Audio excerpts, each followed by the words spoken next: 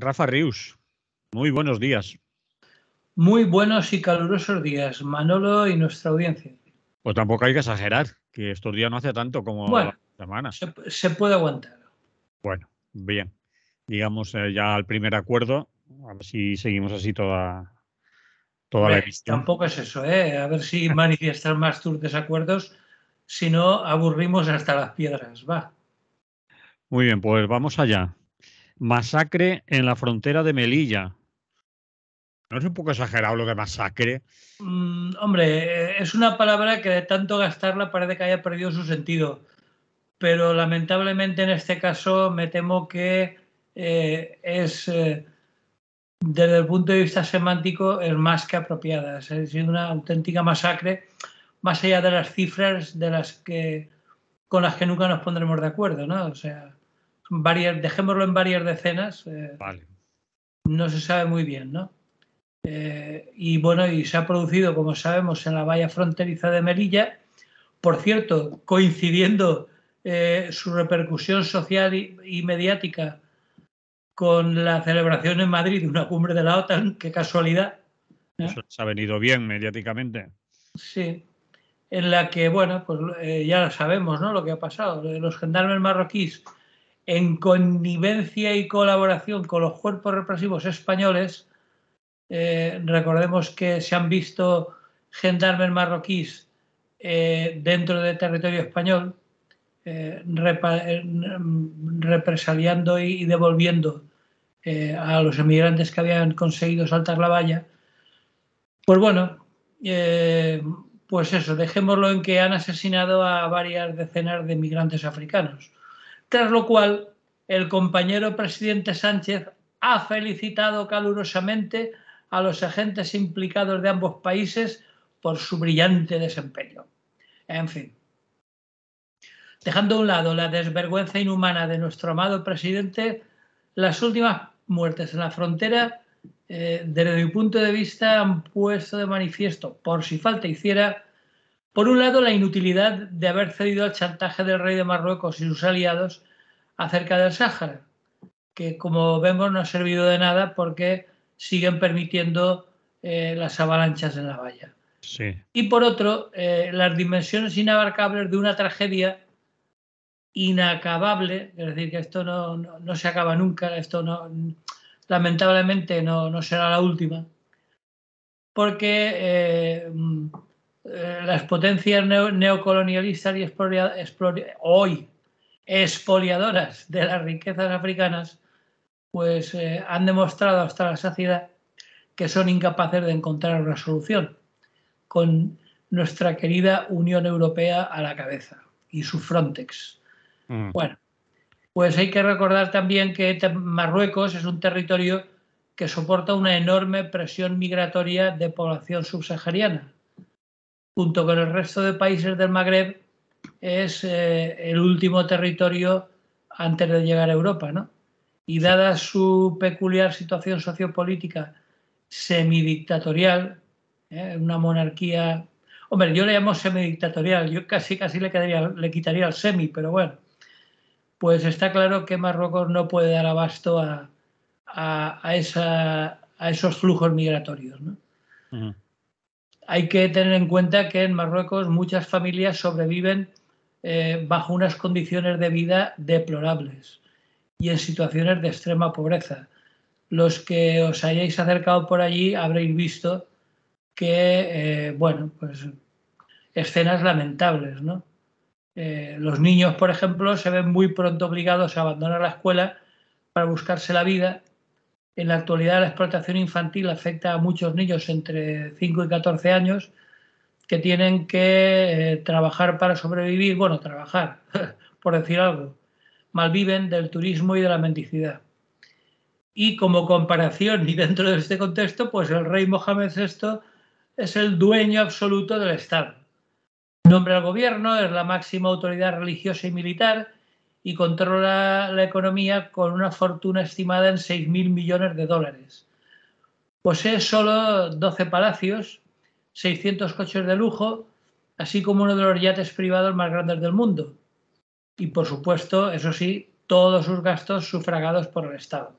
Y esos yates y esos palacios y todo eso que me estás contando, ¿es propiedad suya o se puede decir que es propiedad del... No, o él no es... teóricamente es el jefe del Estado, pero no es suyo a su nombre, ¿eh? Como cuando los críos dicen, ¡esto es mío! Pues eso. Es Es decir, decir, los palacios los tiene a nombre del claro, propiamente dicho. sí, y sobre todo el dinero, es decir, los 6.000 millones de dólares Que los los tendrá a buen recaudo porque dentro de la inestabilidad política de los últimos tiempos nunca se sabe si al final su pueblo puede acabar harto y haberlo tirado. Y entonces necesita un pequeño colchón para poder ir tirando, ¿no?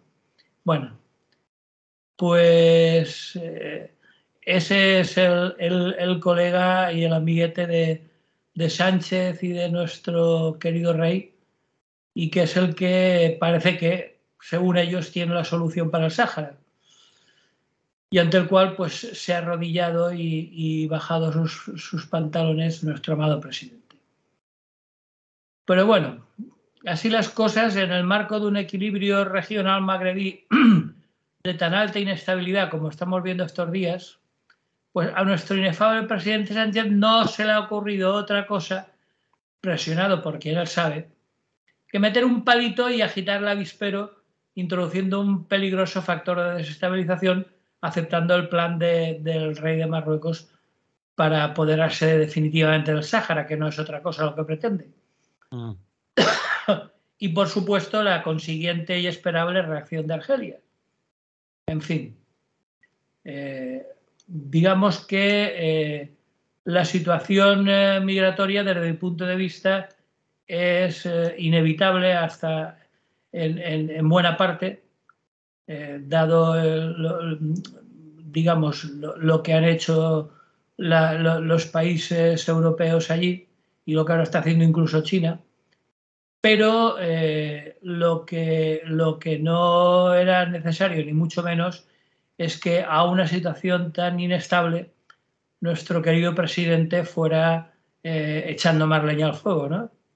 Yo por eso lo comparaba con un avispero al cual nuestro presidente le había hurgado con un palito, ¿no? O sea, y bueno, y de momento la cosa está muy confusa y no sabemos dónde puede ir a parar. Esperemos que se vayan calmando y vuelvan las avispas a sus avisperos.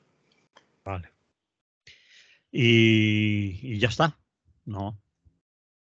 Sí, porque lo de las muertes en la frontera de Melilla, bueno, ya se ha hablado suficiente, es decir, no hay mucho que decir, o sea, insistir siempre en lo mismo al final ya resulta un poco cansino, ¿no?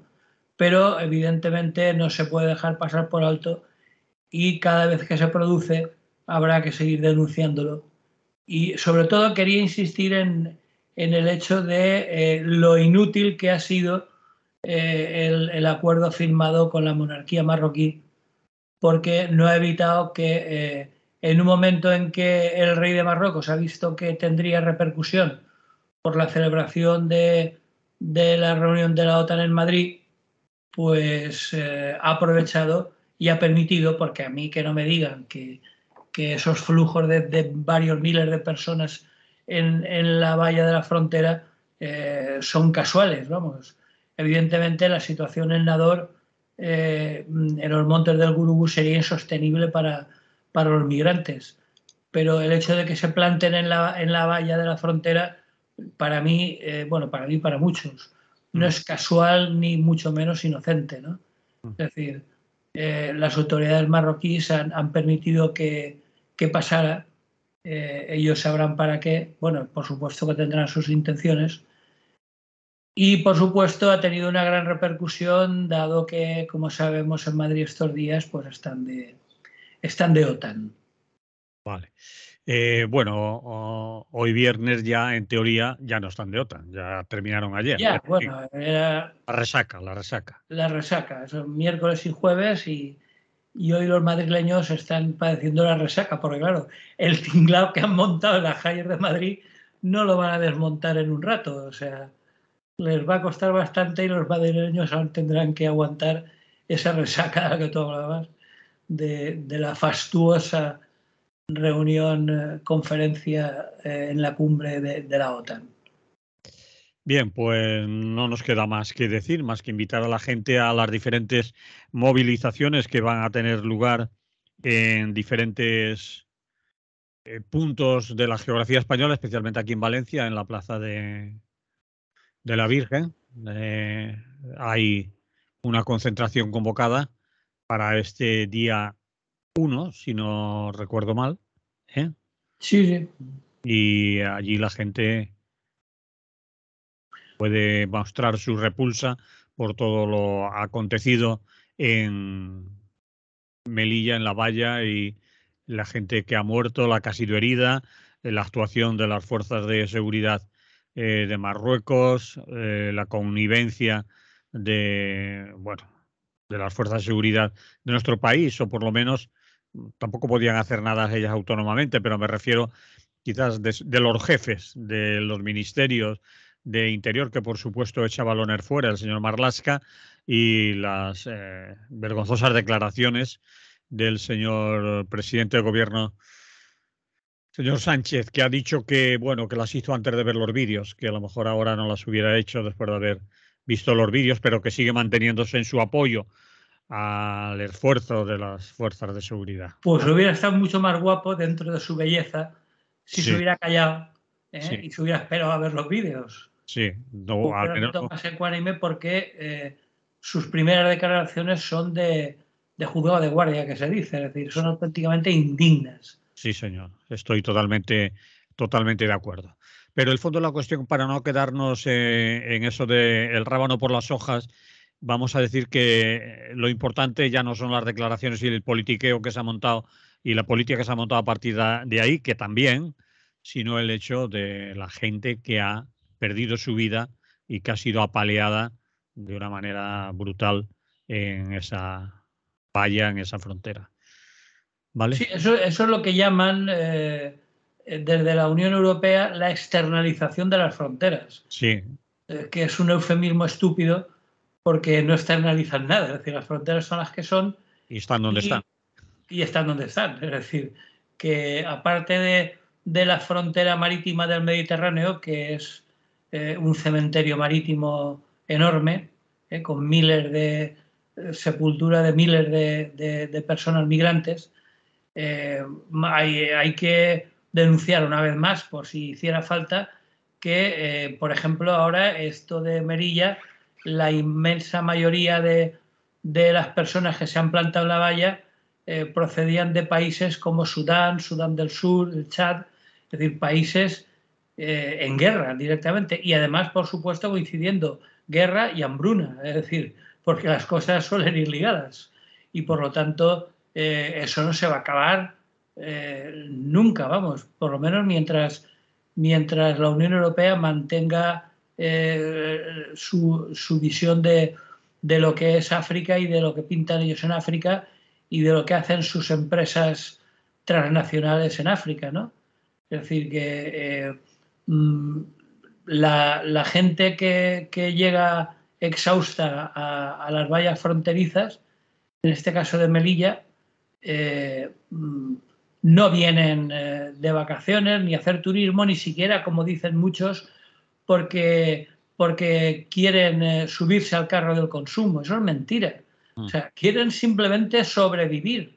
Es algo tan sencillo como eso. Es una cuestión de derechos humanos pura y dura, ¿no? Es decir, ahí no hay más que hablar. Son personas que están al borde de la muerte y que intentan escapar, porque claro, siempre van con la misma, es las mafias. Las mafias es un factor añadido más. Sí, una consecuencia de, porque Una claro, consecuencia. ahí yo quería decir algo, porque lo he estado Dime. pensando estos días, tampoco es de mucha profundidad, pero yo creo, ya que el presidente del gobierno, Pedro Sánchez, se ha ido a las mafias como causa, es decir, ha insistido varias veces, y sus ministros, es decir, digamos, lo que tienen que decir, lo que se ha dicho que hay que decir para salir de esta, ha sido, bueno, insistir en lo de las mafias, que la culpa es de las mafias, que las responsables de todo son las mafias que trafican con personas. Obviamente las hay, pero si quieren ir al origen, a la causa de todo, podría ir un poco más allá. Es decir, ¿por qué? ¿Por qué hay mafias? Pues lo has dicho tú antes, las transnacionales, las empresas, los países que expolian a la riqueza de esos otros países, países ricos en muchos casos, a los que se les roba su producto de todo tipo, desde minería, agricultura, pesca, etcétera, ¿no? Solo se ha ido allí a hacer extracción de sus riquezas, ¿no? Y quizás ahí, si fuera más allá de que la causa son las mafias, no, la No, no, causa... pero es mentira, Manolo, no es la causa. Es decir, No, pero ellos han quedado ahí como origen más allá de la policía, más allá de la policía y más allá de que estos chicos vengan, es que trafican con ellos. Los responsables son los mafiosos. Bueno, pero ¿por qué hay mafiosos? ¿Por qué se produce esto? Es decir, el porqué de todo está mucho más allá. Lo has nombrado tú antes. no, pero es que eso es desde un punto de vista filosófico, digamos, es un error gravísimo y para mí nada inocente, y es confundir los efectos con sus causas. Mm, Es decir, las mafias son los efectos, es decir, como claro. hay avalanchas de flujos migratorios importantes, los buitres aparecen y van a la carroña a ver lo que pueden sacar. Si no hubiera Pero planchas de, bueno, perdón por la palabra, si no hubiera cantidad de gente que quiere y se busca la vida en otros países, no habría mafias para... evidentemente, es decir, es confundir los efectos con las causas. Sí. Y eso es un error muy grave y ya digo, para mí no es nadie inocente. Cuando los políticos de turno, en este caso el ministro de Exteriores o el de Interior o el presidente del gobierno, salen con la cantinela de que la culpa es de las mafias, es mentira.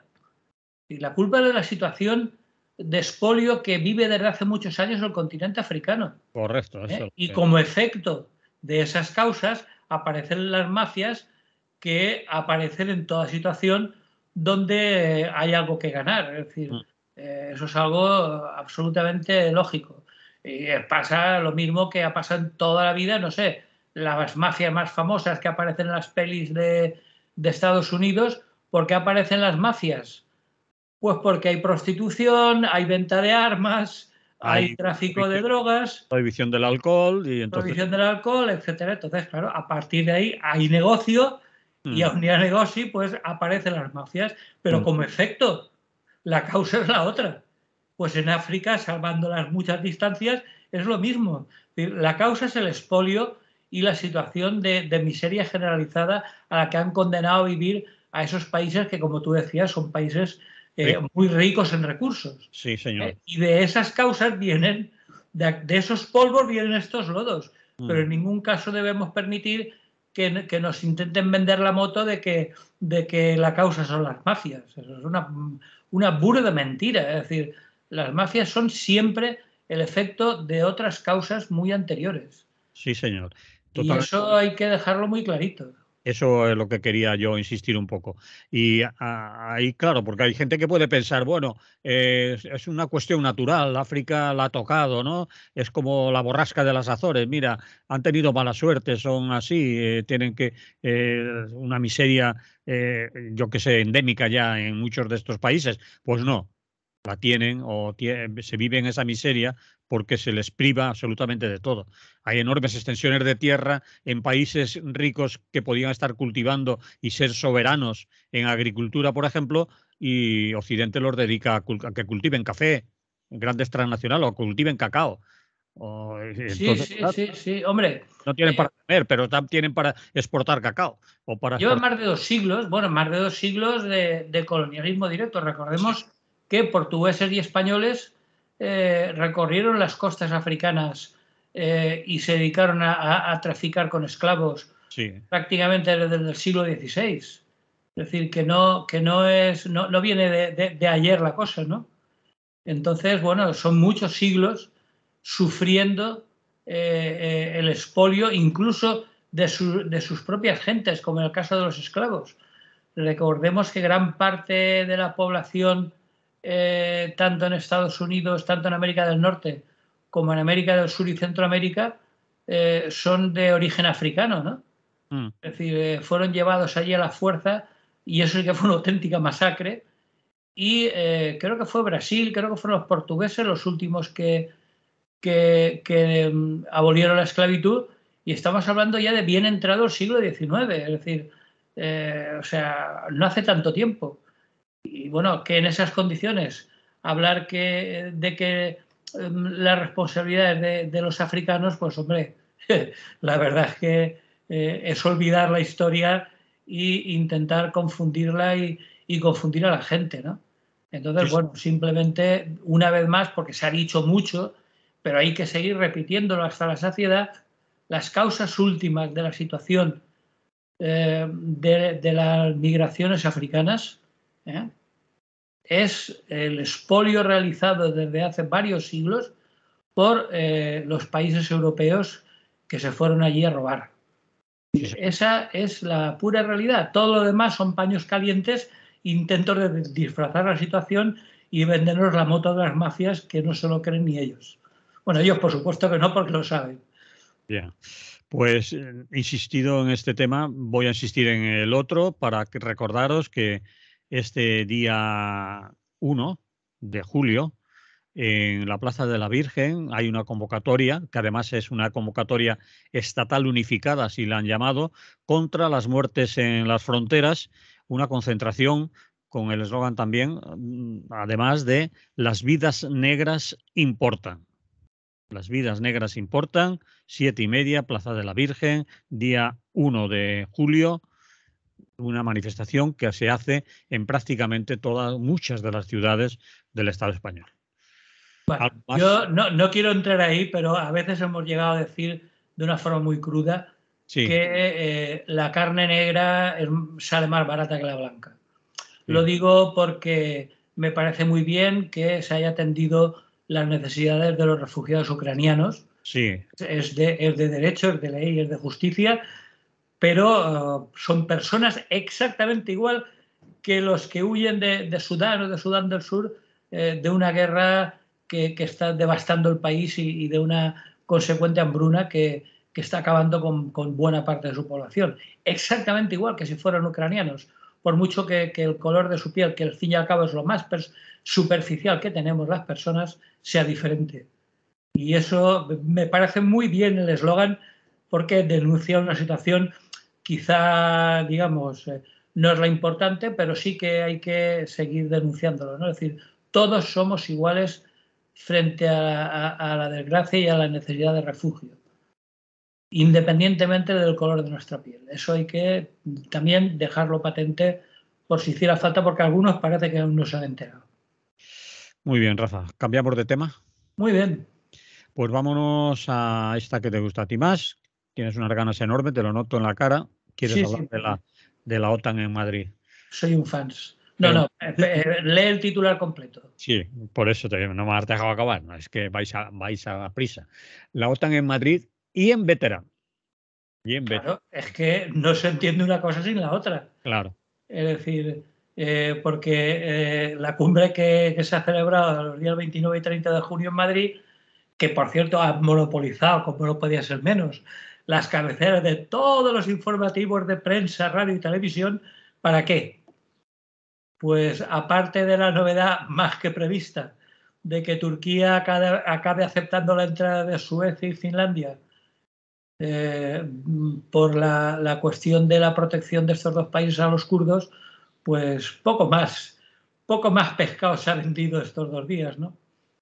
Entonces, bueno, pues simplemente pues una vergüenza más, ¿no? Es decir, una organización anacrónica, enemiga de la paz, ¿eh? No hay más que recordar algo de historia reciente, como los bombardeos de Libia en tiempos de Gaddafi y de la antigua Yugoslavia, pues es una organización al servicio única y exclusivamente de los intereses militares de Estados Unidos.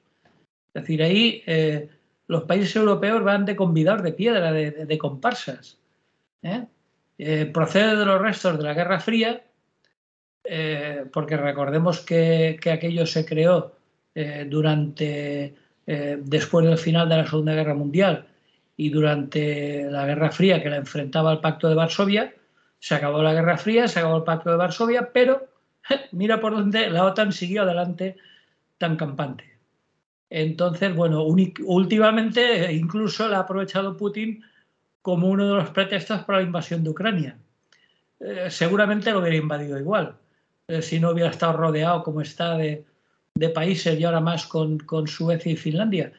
Pero bueno, le ha venido muy bien a Putin para tomarlo como pretexto para la invasión de Ucrania, para ensanchar un poco las fronteras y que la OTAN no lo agobiara tanto, ¿no? Bueno, pues mira, que estos 2 días la ha cogido la cumbre de nuestro gobierno con, para mí, una cumbre absolutamente inútil, un desperdicio de 35 millones de euros. 50 dicen, Rafa, 50 dicen que ha llegado más, pero en Sí, fin. bueno, 35 han dicho ellos. Luego hay un montón de gastos no eso pasa un poco con el presupuesto militar. Te dicen el presupuesto estricto, luego hay un montón de flecos que llaman ellos, pero 50 o habrá pasado de 50 seguramente. Y por supuesto, como decía, pues un gran espectáculo mediático, ¿no? La importancia de la reunión en concreto era, según ellos, definir la estrategia, bueno, por supuesto hablar del conflicto de Ucrania y definir la estrategia de la Alianza Atlántica para la próxima década, ¿no? Bueno, pues se han creado 2 equipos de trabajo y han estado ahí hablando de sus cosas todo ello pues en medio de una serie de fastos increíbles, con la utilización de todos los espacios públicos madrileños susceptibles de ser enseñados con orgullo a todos los visitantes extranjeros, el Palacio Real, el Museo del Prado, etc. Luego también con un programa para las chicas acompañantes, porque por supuesto prácticamente, excepto 2 o 3 mujeres, la inmensísima mayoría de representantes de los países de la OTAN, incluidos los que iban de observadores, como Japón o Corea del Sur, eran hombres, claro. Y entonces, bueno, pues las cónyuges pues las ha cogido nuestra amada reina Leticia y las ha paseado por Madrid. Y bueno, también el turismo es importante y según se encargan de repetirnos hasta la suciedad las distintas cadenas, pues ha sido una maravilla el cómo han vendido la marca España, ¿no? En fin, ¿para qué vamos a insistir en ello? Por supuesto que ha participado o ha estado presente siempre Zelensky con el tema de la guerra de Ucrania, claro, es lo más urgente que hay ahora en estos momentos. Como digo, ha habido países invitados, incluso Australia y Nueva Zelanda, que no sé, que caen un poco lejos del Atlántico Norte, pero bueno. Las antípodas también tienen derecho a estar en el Atlántico Norte si quieren. Bueno, pues como digo, una pérdida absoluta de tiempo y de dinero, un dinero que hubiera estado mejor empleado en algunas de las múltiples carencias que padecemos, pero bueno. Y para acabar, por eso de ahí el titular, no habría que olvidar que no estamos hablando solo de la organización del Tratado del Atlántico Norte, sino que estamos hablando también de Vétera, que está aquí al ladito, que tenemos una cosa que se llama el Cuartel General Terrestre de Alta Disponibilidad.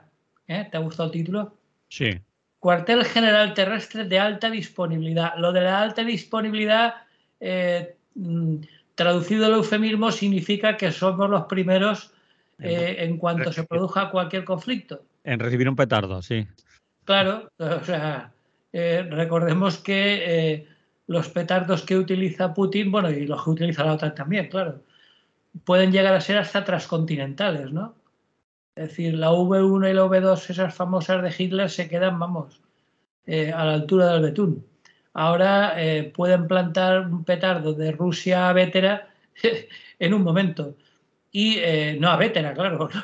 Los habitantes de Vétera no tienen nada que ver con la historia, pero les ha tocado el Cuartel General Terrestre de Alta Disponibilidad. Oye, pues si es el primer, digamos, el primer eslabón de la cadena defensiva de la OTAN, que por cierto tiene también una base en Huelva, en Rota, no, en Cádiz, perdón. Cádiz.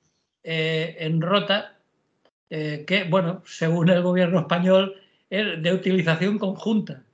De utilización conjunta quiere decir que están allí los Estados Unidos con sus marines y habrá allí algún sargento español para tomarse una caña en la barra del bar y poco más. No Pero seas bueno. malo, no seas malo, habrá alguien más. Hablando de Rota, veía yo en una televisión, no recuerdo cuál, pero me imagino que era la pública, a una especie de, no sé si, no estoy seguro, así que dejamos el medio, era una televisión que entrevistaban a ciudadanos de Rota y para ver lo que les parecía el hecho de que ahora vayan a tener 2 destructores más en vez de 4 o 6 allí aparcados, ¿no? Y estaban muy contentos y contentas, ¿no? Porque eso crea trabajo para el pueblo. Los taxistas decían, hoy estos chicos cogen un taxi para todo, para ir a cenar, para ir, para venir, para volver. La de la tintorería decía que encantado y la de la casa de alquiler de coches también estaba muy contenta porque estos chicos que les gustan mucho los tatuajes, decía, porque se ve que se tatúan los marines, pues alquilan también muchos coches. Así que bienvenidos 2 destructores más y su gente para aquí. Es decir, somos como somos, Rafa. Hay gente que está contenta Yo no porque... sé cómo estará ahora, Manolo. Yo estuve hace 2 años por la zona Sí. por una locura que me dio de ir a ver ballenas, porque al lado de Rota hay una costa donde se avistan bastantes ballenas y tenía yo curiosidad por verlas. Bueno, esas tonterías que hace uno en verano. Sí. Y estuve por allí, por la base de Rota. Aquello está absolutamente blindado. Y yo hice mi encuesta particular a hablar con la gente y la repercusión económica era mínima. Es decir, como en todas las bases norteamericanas, allí tienen, son totalmente endogámicos, tienen de todo y además están acostumbrados a consumir productos Americano. norteamericanos y por lo que me contaba la gente del pueblo y alrededores, pues apenas se notaba la presencia de los marines en Rota, ¿no? No quiero decir que algún taxi cogerán ni siquiera el tabaco, porque recuerdo que me decía uno de la gasolinera que había enfrente de la valla de la base que allí solo consumían tabaco de contrabando porque era el mismo que traían de Estados Unidos. Es decir, que la repercusión en el pueblo me temo que se exagera un poco. Y por supuesto no hay que recordar que cuando te sacan un reportaje por la tele de entrevistas supuestamente imparciales, Ya. son entrevistas convenientemente editadas para sacar a quién y diciendo lo que la cadena quiere que digan, ¿no? Estoy totalmente de acuerdo. Es decir, eso pensaba yo cuando lo estaba viendo. Es decir, y a esto le llaman, pues, opinión pública, una encuesta independiente y todo eso. En fin. Bueno, no sé si quieres contarnos algo más de la No, OTAN. lo de Vétera y Rota era recordarlo simplemente. Es decir, y no es que quiera ser catastrofista, ni cenizo, ni nada por el estilo. Simplemente recordar que en España tenemos, tanto desde el punto de vista marítimo, en Rota, como desde el punto de vista terrestre, en Vétera, tenemos uno de los 2 primeros puestos de vanguardia de la OTAN respecto a sus posibles enemigos. Y en estos momentos no hay que recordar que su más que posible enemigo real es Rusia y el señor Putin en concreto, ¿no? Entonces, bueno, pues hay que recordar que últimamente Putin ha hecho unas declaraciones en las que declaraba que había puesto en marcha lo que ellos llamaban las fuerzas de disuasión, otro eufemismo más, ¿no? Y esas fuerzas de disuasión están especializadas en el lanzamiento de misiles balísticos y de crucero de gran alcance que llegarían sin ningún tipo de problemas a Vétera o a Rota. Por lo tanto, esperemos que, evidentemente, que no sea así, que se quede todo en faroles y en amenazas sobre el vacío, pero para acabar, aunque sea repetirlo en el vacío, habría que seguir insistiendo. No al militarismo, no a la OTAN. Muy bien, estoy totalmente de acuerdo. Pero antes de cerrar, se me estaba ocurriendo una cosa cuando tú decías antes de nuevos proyectos de la OTAN, que es uno de los puntos que han tocado. Se han referido a una zona de la que tú has hablado aquí, creo que en más de una ocasión hemos hablado aquí, que es del Sahel, en África, ¿no? Y de lo conflictivo que para ellos es esa zona y también de lo estratégicamente que le interesa ahora a la OTAN. Decían que en esos países, que son 12 los que configuran lo que se conoce como el Sahel, que va de Mauritania a Etiopía, creo recordar todo ese cinturón en África, pues allí la presencia rusa, decían, es cada vez mayor y es una zona de gran inestabilidad política y militar, porque hay diferentes grupos y fracciones que ellos llaman terroristas y que en algunos casos lo son. Es decir, que ya se empiezan a interesar por lo que llaman el flanco sur, que ya no es el Atlántico Norte, ni son países que estén de momento belicosos contra Occidente, ¿no? Sino que están embroncados en cosas internas, ¿no? Pero la presencia, tal como lo han contado, la presencia de Rusia cada vez más importante en el Sahel, el hecho de que hayan nombrado el Sahel, el hecho de que sea una zona, como hemos dicho, conflictiva y todo eso, también merece cierta atención, ¿no? Están mirando mucho hacia allí. Sí, pero para mí el tema de Rusia es la excusa. Es decir, La excusa, eh, bueno, pero claro, pero es mucho mayor la presencia china, por ejemplo, en África. también. Y de eso no dicen nada. Bueno, han No, yo hablado de creo que China como una amenaza, como una... No en el Sahel. zona Sahel, Manolo, lo hemos hablado muchas veces. Es decir, es una zona riquísima Mm, en uranio, en minerales raros, de esos que se utilizan ahora tanto, incluso en minerales convencionales como el oro, la plata, etcétera. Bueno, también habrá coltán, en fin, todo eso. Eso, ahí está la madre del cordero, es decir, eso es lo que les interesa. Y hay que recordar que las empresas europeas están ahí desde hace bastantes años sacando todo lo que pueden. mm, Respecto a los yihadistas, bueno, pues no hay demasiado eh, problema desde el punto de vista, porque incluso entre ellos están enfrentados. sí. Ahí está Boko Haram, en la parte más occidental, está incluso Al Qaeda, están los restos del Estado Islámico, y entre ellos pues, se definen en que todos son fundamentalistas, pero no se pueden tragar entre ellos. Mm, Incluso se han producido conflictos y enfrentamientos y habría que recordar que hay una población nómada autóctona que son los bereberes, que también tendrán algo que decir en el tema, ¿no? Y que también tienen sus armas y su pequeño ejército. Y bueno, quiero decir que el Sahel eso es lo que yo denominaba en un punto anterior un avispero. Y mm, meterse allí, bueno, no hay que recordar más que la actuación de la OTAN en Libia, cómo estaba con Gaddafi y cómo está ahora. Bueno, mm. pues el Sahel está muy complicado, pero si la OTAN le diera o diese por intervenir, sería evidentemente muchísimo peor. Con lo cual, que se queden quietecitos donde están y ya tienen bastante con lo que tienen, que no es poco. Pero, Rafa, lo cierto es que han hecho referencia a, se han centrado en, lo denominan la frontera sur, y no en una reunión conclave de estos de tantos países, no lo hacen porque, bueno, les ha salido... Pues a ver, ¿qué hace- frontera sur? Es que ¿eh? es ridículo, es decir, será la frontera sur pues de Egipto, Libia, Túnez, Argelia, Marruecos y Mauritania. Ellos llaman la frontera sur pues a una serie de países geográficamente y estratégicamente, geoestratégicamente, que le interesan. Por eso hablan de todo un cinturón.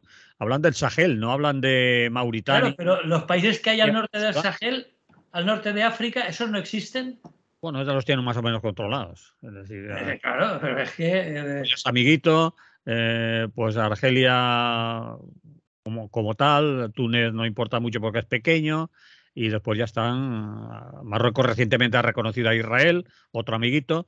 pues un poco más hacia el sur y controlando. Claro, y ahora es el Sahel, luego será Centroáfrica Pues yo y qué al sé, final llegará hasta Sudáfrica. yo qué sé, pero el caso es que no la han nombrado y han hablado y le han puesto un nombre, Frontera Sur. Como tú dices, ¿frontera de qué? ¿De quién? Pero ahí está todo un cinturón en todo un continente.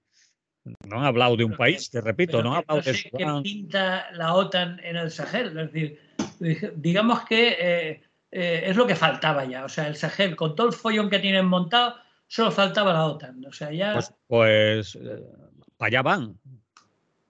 Vamos, bueno, así lo han dicho y lo han escrito. Bueno, hombre, eh, tienen armas. Y las armas se quedan obsoletas con gran rapidez. Habrá que gastarlas, ¿no? mm, Ahora en Ucrania pues les ha dado un buen respiro a los traficantes, pero bueno, habrá que considerar otros focos porque hay que seguir vendiendo porque el stock se acumula y hay que deshacerse de las existencias. En fin, o sea, bien, terrible. ¿lo dejamos aquí o Sí, quieres sí, añadir algo más? Bueno, dejémoslo porque acabemos llorando. vale, nos quedan 10 minutos, Rafa, porque Muy hoy bien, te he entretenido, me decías que no digo nada nunca, pues toma, que me no parece muy bien. querías un café, toma dos tazas. Miscelánea, España en África, Ceuta y Sí, Melilla. sí, sí, sí, es que ¿Dónde claro, estás entonces? hombre, eso sí que es la frontera sur. Vale, va, a ver. Entonces era simplemente, dentro de todo este follón, dar un apunte breve de la presencia de España en África, que, bueno, dista mucho de acabarse, por lo que parece, porque dicen que ahora la OTAN en esta reunión ha dejado claro que defenderán todo el territorio de los países miembros y, claro, Ceuta y Melilla son España, ¿no? Pero le han preguntado en una entrevista en directo al secretario general de la OTAN, le ha pedido la periodista que fuera claro y conciso y concreto si estaba protegida Ceuta y Melilla con la OTAN y ha hecho un circunloquio, un rodeo, no ha dicho ni sí ni no, claramente. Es decir, que bueno, entienda cada uno lo que quiera. Es decir, que tampoco Claro, puede cambiar Estados Unidos a su amigo marroquí, ¿eh? Es decir, claro, claro, claro. Es que en el momento de los intereses lo dejarán colgados. Es decir, lo que intenta la OTAN, entre otras muchas cosas, es tener controlado la entrada y salida del Mediterráneo. sí. Y tienen sus bases en Marruecos, en Ashilá, en Tánger, y tienen también la base de Rota al otro lado. Con lo cual controlan, recordemos que los buques rusos que ahora están utilizando el Mar Negro masivamente, con Mariupol y Odessa, etcétera, tienen que salir necesariamente por allí. Ujú, Es decir, es la única salida del Mediterráneo. Bueno, sí. aparte del canal de Suez que está hecho para otras cosas. Pero los grandes buques rusos tienen que salir por ahí. Tener controlados las dos partes es tener controlada la aduana del Mediterráneo, ¿no? Y por lo tanto, si les interesa más Marruecos, pues Ceuta y Melilla se irán a tomar viento. En fin, simplemente recordar que, por ejemplo, Melilla pertenece a España desde el siglo XV y Ceuta desde el siglo XVII. Es decir, tampoco es que hayan sido toda la vida. En el siglo XV Ceuta era uno de los principales puertos estratégicos y, bueno, y económicos, claro, del mundo islámico, ¿no? Porque por su situación, es decir, está en la boca del estrecho, ¿no? Mm. Y bueno, hay una cosa curiosa que es que el origen de la españolidad de Ceuta, y es que ese mismo año fue conquistada por Portugal. Y resulta que durante el reinado de los Austrias, de Felipe II en concreto, Portugal y España se unieron durante un breve periodo, 60 años o por ahí. Y entonces, bueno, le tocaba heredar a Felipe II el reino de Portugal porque eran familia y tal, hasta que, bueno, los portugueses no estaban de acuerdo, hicieron su correspondiente guerra y en 1640 se separaron. Pero España se quedó con Ceuta. Entonces, a pesar de que en principio era portuguesa, desde Felipe II que se lo quedó España y ya no la ha soltado.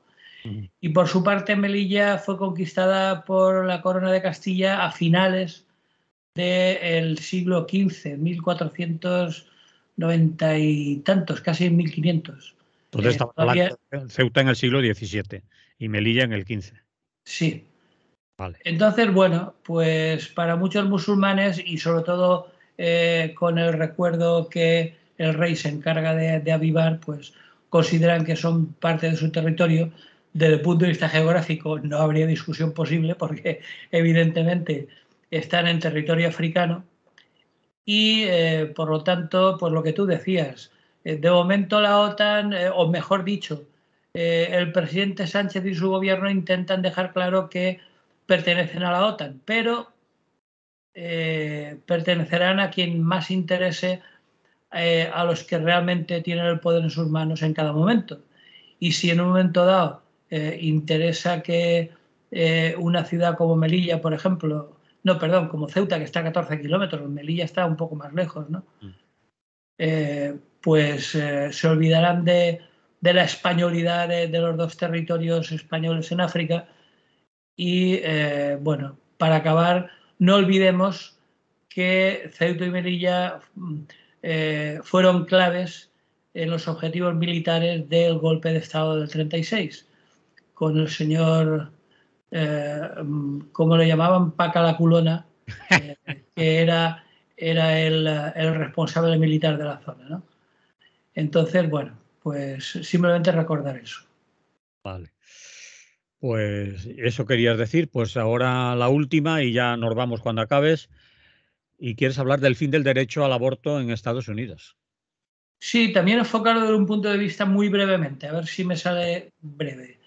El problema de Estados Unidos me recuerda, no sé si recuerdas que estuvimos hablando del problema que tenía Gustavo Petro en Colombia. Sí. Porque el Ejecutivo dependía del Legislativo, en el que habían, creo recordar que habían hasta 8 partidos, y del Poder Judicial, que solo podía nombrar a 2 y eran 9, con lo cual los conservadores ganaban por 7-2. Bueno, pues en Estados Unidos pasa algo parecido. Es decir, el gobierno de Biden tiene pocas posibilidades de maniobra en un tema como este, porque en el Congreso y en el Senado la mayoría republicana, incluso algunos demócratas bastante beatos ellos, pues defenderían el prohibir la prohibición, porque a todo esto me recuerda lo del mayo del 68, prohibido prohibir. Resulta que lo que decía la Constitución era que no se podía prohibir la prohibición de abortar. Y bueno, una cosa así. Y por lo tanto, pues tiene enfrente al legislativo y al judicial, con un tribunal supremo donde hay mayoría absoluta de magistrados conservadores. Con lo cual, me temo que la ley de negación del derecho al aborto va a seguir para adelante y va a estar muy complicado hacerla retroceder, porque lo que ha retrocedido son los derechos de las mujeres más de 50 años, que son los años que lleva vigente la actual ley. En fin, cuestiones típicas de una situación tan curiosa, porque hay que recordar que todo esto viene de Trump, que hizo una promesa de campaña específica para nombrar jueces en el Tribunal Supremo con el mandato específico de conseguir retirar esta ley que defendía el derecho al aborto. Entonces, bueno, en 4 años, porque recordemos que Trump no fue reelegido, en 4 años nombró a 3 magistrados del Tribunal Supremo, que nos podemos imaginar de qué cuerda iban, ¿no? Entonces, bueno, de los magistrados del Tribunal Supremo, la mayoría conservadora es clarísima. Gana los republicanos por 6-3. Luego hay otros, bueno, Donald Trump nombró 3 y otros 3 habían sido nombrados por Bush, con lo cual hacen 6. Mientras que los demócratas, Obama nombró 2 y Clinton 1. Con lo cual, bueno, pues y encima hay otra proporción muy clara que son 6 hombres y 3 mujeres.